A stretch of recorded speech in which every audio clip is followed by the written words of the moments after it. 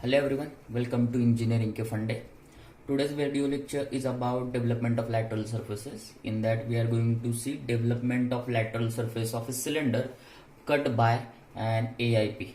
Okay, so without wasting much time, we'll directly go through problem statement. A cylinder of base diameter 50 mm and height 70 mm is cut by a plane perpendicular to VP and inclined at 60 degree to HP, meeting axis at the top face. Draw the development of truncated solid. So as you know, we have procedure, and by following this procedure we'll go and complete the problem. So first we are supposed to go with the resting condition, and if you look here, it is cut by a plane perpendicular to VP and inclined at 60 degree to HP. So this is auxiliary inclined plane, and since this is auxiliary inclined plane, that resting is going to be on horizontal plane, that is HP. Then next, resting on side or corner, since this is a cylinder and we have circle, so we need to worry about this. And as we have talked, type of solid is cylinder. And the second step, that is draw DLS, assuming that as a complete solid. So we'll go through the first two steps, resting on HP, and second we'll draw the DLS of complete solid. So as you can see here, I have already drawn some basic construction. In this space we have drawn one XY axis. Below that I have drawn a circle with a diameter 50 mm. So when diameter is 50 mm, take in the compass, distance 25 mm, half of diameter, and draw the circle. Once you draw the circle, divide circle into 8 equal parts. So 1, 2, 45 degree and 45 degree. We'll divide circle into 8 equal parts. Once you divide the circle into 8 equal parts, you have to draw the projectors into the front view. So as you can see, I have already drawn this projector till XY. Since this is a prism, you have to extend all these into the front view. Okay. So before that, what we'll do, we'll give some naming. Since it is a cylinder, so for base and top we'll give some naming. So this point of base is A, B, C, E, F, G, H. As you can see, if this is the cylinder and for base we are giving A, B, C, D, then respective point at the top we'll give A dash, B dash, C dash accordingly. So in the top view you'll be able to see A dash, B, B dash, C, C dash coinciding with each other. So here itself I'll write A1, B1, C1, D1, E1, F1, G1 and H1, and at the middle we'll get the axis O, O1. After that we'll project all the points in the front view. So as you can see, we have projected all these points in the front view, and since the height of cylinder is 70 mm, we have marked this height as 70 mm, and this middle one is the axis of cylinder. So we'll quickly give naming in the front view. So the base will be A dash, this point will be B dash, H dash. Next point here is C dash, G dash, then D dash, F dash, and last point is E dash. Respective points in the top face, A1 dash, E1 dash, B1 dash, H1 dash, C1 dash, G1 dash, D1 dash, F1 dash, and the axis point, top point is O dash, bottom point is O1 dash, as you can see.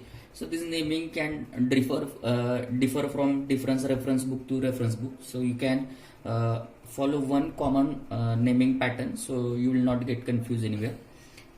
Once we'll do that, as you know, now we are supposed to go for development of this complete cylinder, and this cylinder comes under parallel line development. So this surface we have to just make it plain, flat, and keep in the surface. So this height will be the height of cylinder, and this length will be equal to the circumference of cylinder in this case. So we have height here. So we'll project the height here. Since this is a parallel line development, we'll directly take height. So as you can see, at approximate distance we have drawn this one line perpendicular to XY.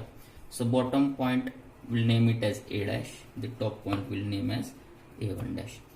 So height is equal to height of cylinder, and the length of development is going to equal to circumference of cylinder. So for circumference we are going to use this distance pi d. So pi diameter is this case is in 50. So if you calculate the pi d distance, it is coming around 157 mm. So we'll mark 157 mm here.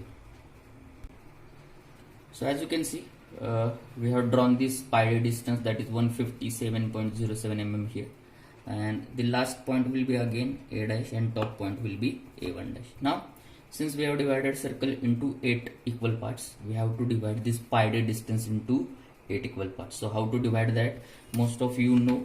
Those who don't know, I'll quickly revise the procedure. So at any of these 2 points, since we want to divide this line into 8 part, at any one point you have to draw an acute angle, and then you take 8 point of constant distance. So I'll take 8 point 10 mm each apart from each other. So 10 mm distance apart from each other, we'll take 8 points. Once you do that, 4, 5, 6, 7 and 8. Now join the last point to second end of a line. Once you join this, now with the help of your drafter or roller, make your scale parallel to 8A, and with the help of this, draw parallel line through all these points. Once you do that, you will directly divide this line into 8 equal parts. As you can see, I have divided this line into 8 equal parts. So we'll quickly name next point to A, B dash, C dash, D dash, E dash, F dash, G dash, H dash. Similarly, next point here. Now we'll again draw the vertical lines through all these points, and on this line we'll get a point with respect to B dash, that is B1 dash, C1 dash, D1 dash. Similarly, we'll get all the points and we'll draw vertical lines through all these points. So as you can see, we have drawn this pi d distance and also divided that into 8 equal parts, and accordingly we have given the naming. So complete DLS for this cylinder is completed. Now we'll talk about step number 3. So what is our step number 3 is draw the cutting plane, and while drawing cutting plane we need to consider 2 points, its inclination and its exact location. So we'll read the problem statement carefully. It is cut by a plane perpendicular to VP and inclined at 60 degree to HP. So inclination is 60 degree and that is with horizontal plane, and the location meeting axis at the top face. So it is meeting axis at the top face. So if we'll talk about this point, meeting axis at the top face. So axis is meeting at the top face of cylinder at this point. So we have located the point, and the second is angle 60 degree to HP. So with the help of now angle protector, since the inclination is with HP, so we'll make this, and inclination with HP is 60 degree. So this is 60 degree as you can see. So we have to draw this cutting plane here. I'll quickly draw this cutting plane. So as you can see, cutting plane 60 degree inclined to HP and meeting axis at the top face. So meeting axis at the top face. So cutting plane is now we have drawn the cutting plane. Now we'll see. So point number 1, where it is cutting the cylinder, it is cutting the generator here and here. So this point is already there, C1 dash, G1 dash. If we'll directly take that, okay. Otherwise, if you want to give separate naming, you can call it as 1 dash. This point as a 2 dash and this point as a 3 dash. So we have 3 points. We'll directly locate these points. So as you can see, the 1 dash point is exactly at C1 dash and G1 dash. So here at C1 dash itself you'll get 1 dash, at G1 dash you'll get 1 dash. Now what we'll do, since this is a parallel line development, we'll draw a line parallel to XY through 2 dash, a horizontal line parallel to XY. So point 2 dash is on the cutting edge, D dash, D1 dash, F dash, F1 dash. So we'll draw a line parallel to XY through 2 dash. So as you can see, here and here. So we have 2 edges here, F dash, F1 dash, D dash, D1 dash. So here D dash, D1 dash, you will get 2 dash. Similarly, F dash, F1 dash, you will get 2 dash. Now we'll talk about this point 3 dash. So this point 3 dash is on the generator E dash E1 dash. So again, parallel to XY, we'll draw a line through 3 dash or on this generator E dash E1 dash. Here you'll get your point number 3 dash. So as you can see, we got all the points 1 dash, 2 dash, 3 dash, 2 dash, 1 dash. Since this is a cylinder, so passing through all these points, we have to draw a smooth curve. So as you can see, passing through all the points, we have drawn the smooth curve. So again, what I'll do, the visible part to eye, I'll draw it with a continuous line, and in this case I'll use a black sketch pen to draw that, so that you'll understand the continuous part in this whole diagram that you're supposed to draw with HB pencil in the examination, continuous line or thick line. So whatever part now you can see that I have drawn with the black sketch pen, it is the continuous part, it is the continuous line that is visible to eye line, and that you are supposed to draw with the help of HB pencil in the examination. The remaining parts, as you know, the XY you can draw as a medium thick, all the generator axis you are supposed to draw thin. So if we talk about this generator, since this generator are imaginary line on the surface of cylinder, as you can see, we have divided cylinder into 8 equal parts, and then these are the imaginary generators that we have to locate this or draw this development or draw this or trace this curve properly. So this is the use of the generator. So these generators should be drawn thin. So one of the question that I have got in the video, that whether it is necessary to divide circle into 8 parts for cylinder or cone. Look, if you will not divide this circle into 8 equal parts, you will not be able to get the exact nature of this curve, whichever we have got after cutting this particular kind of solid. As you can see here, since we have divided into 8 equal parts, and here we have only 3 points.